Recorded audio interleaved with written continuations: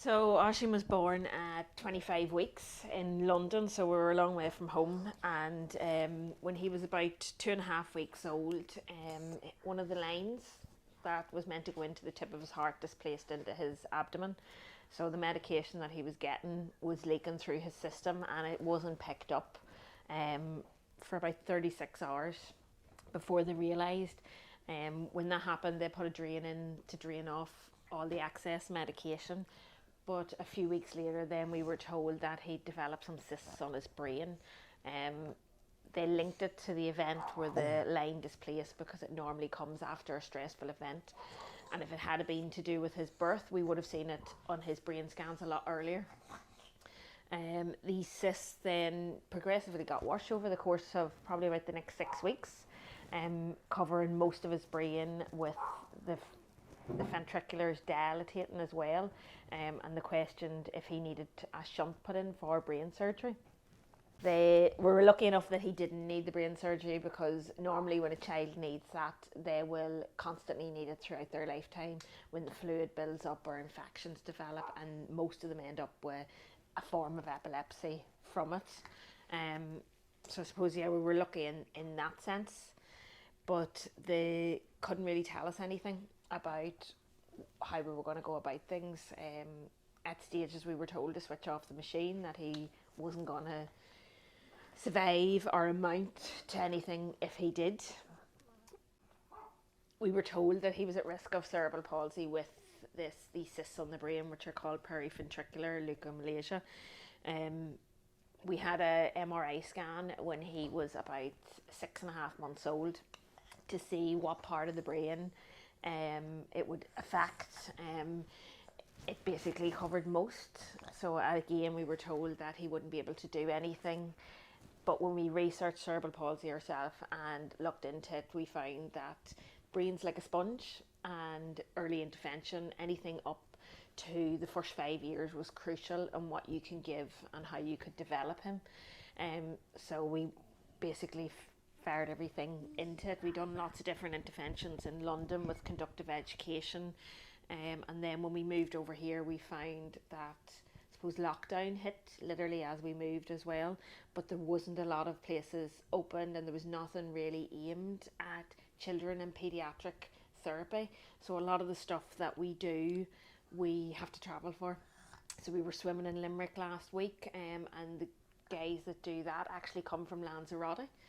And they come a few times a year. They originally started off coming twice, and they would see 15 kids each time.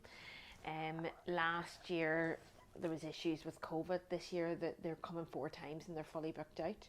So they've opened 8 sessions next year, and there's very limited left on them already. We're going to see them in April in Lanzarote, because you get a little bit more therapy when you travel to them.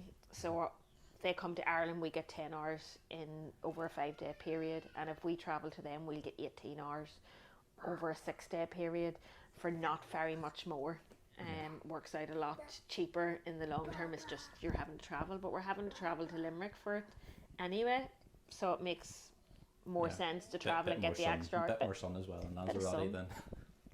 I know, obviously, is it quite good as well for you to be going to these things, to be around other parents that are... It gives you, so we've a little group now where we'll message into the group if anyone's got any questions, because you will meet other families with disabilities.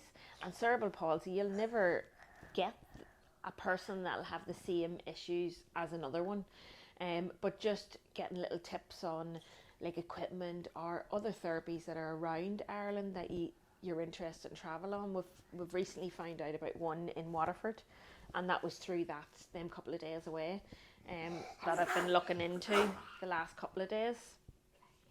And it seems to be quite similar to the American one, but it's a one person, it may not be when I contact him, but it looks like a one person show band at the minute. But he has a child with cerebral palsy, so he knows from what we've read what needs to be done and how to do it as well. And so obviously the other part of it is really Oisín's opportunities and the fundraising and stuff, which really you must be quite amazed by the reaction. Completely, because we haven't done a lot of fundraising for it. We set up with Just for Children back, I think, around the middle of April. And it was because we were trying to source a piece of equipment from the NHS that private physios had told us he was ready for, and this was the next step. And the NHS were telling us no, that he needed to sit independently for 5 minutes before they would consider it.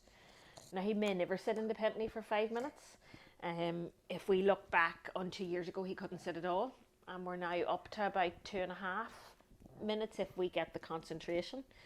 But will we ever get to the 5 minutes is a big question mark. So we just thought, like, the next step, we had heard of Just for Children. We were told to do it when he was born, for the reason of equipment and therapies. So we sort of just bit the bullet and thought, well, we don't know how long it will take to raise certain amounts. If we do it now, will sort of happen slowly. But I think there was over something like 30,000 just on donations alone through the Just Giving page.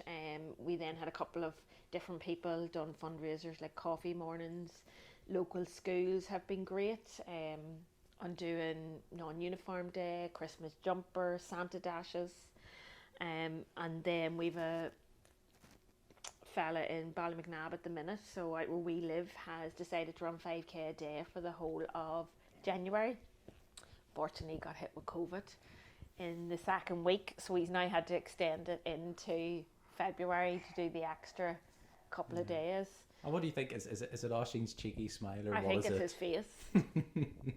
That gets Isn't people, you know, because it really has, it's a cause people really are getting behind. Yeah, I think when we were in London, everybody constantly asked, and at the time we raised money for the Ronald McDonald House that we were staying, rather than do something like this. They just wanted to follow his journey, and people would constantly be asking, how is he doing? And he looks great. And whenever you see him, he's constantly smiling, and he'll wave and say hello and talk to anyone. But they're not seeing the backside of it, and I think that's sort of what has intrigued people a little bit more too, is now that we are highlighting that, he is a smiley child, but it's not as easy for him as some people realise. They don't realise what's going on behind the closed doors, like the 3 hours of physio he's doing through conductive education in school with Buddy Burr on a daily basis, and then the equipment that we have to put him in to use at home separately. So on average, he's probably doing picking your nose about 5 to 6 hours a day, which a normal child wouldn't be even doing that in school until they're a few years older. And is that really just, as you said, about the brain being a sponge, just trying to get as much in? So you're trying to develop it at this stage. You can retrain it, relearn it. You need to strengthen him. You're never going to cure cerebral palsy. It's always going to be there. But it's about developing his skills to reach his full potential, to then hopefully let him live an independent life as much as possible.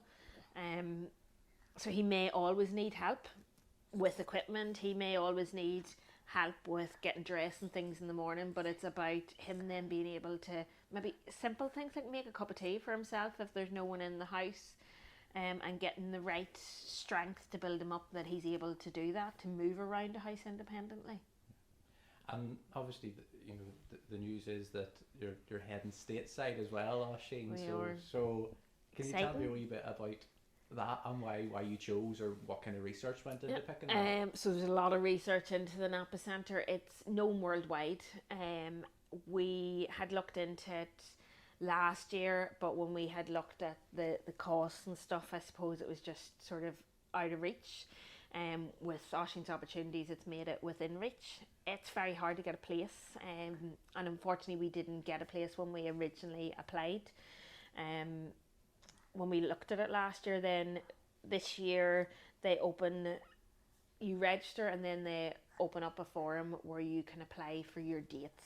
So they do 3-week programs throughout the year. They are actually coming to Ireland in August for 6 weeks, but when they come, they're only going to be able to take 30 children, and they had nearly, I think, 600 apply. We didn't get a place in that when it first went out, so we got contacted in December with a cancellation for March, which obviously isn't the best time to be travelling. It'll be freezing, but it's 3 weeks of therapy. He will get 45 hours, a mix between physio, speech and feeding. 45 hours to us on the NHS at the minute, we're probably getting a 45-minute session once every 5-ish weeks. Could be 6 or 7 depending on what's going on with appointments. And that 45 minutes is a mix of physio, OT and speech and language. So over the year you're looking at about 6-7 hours.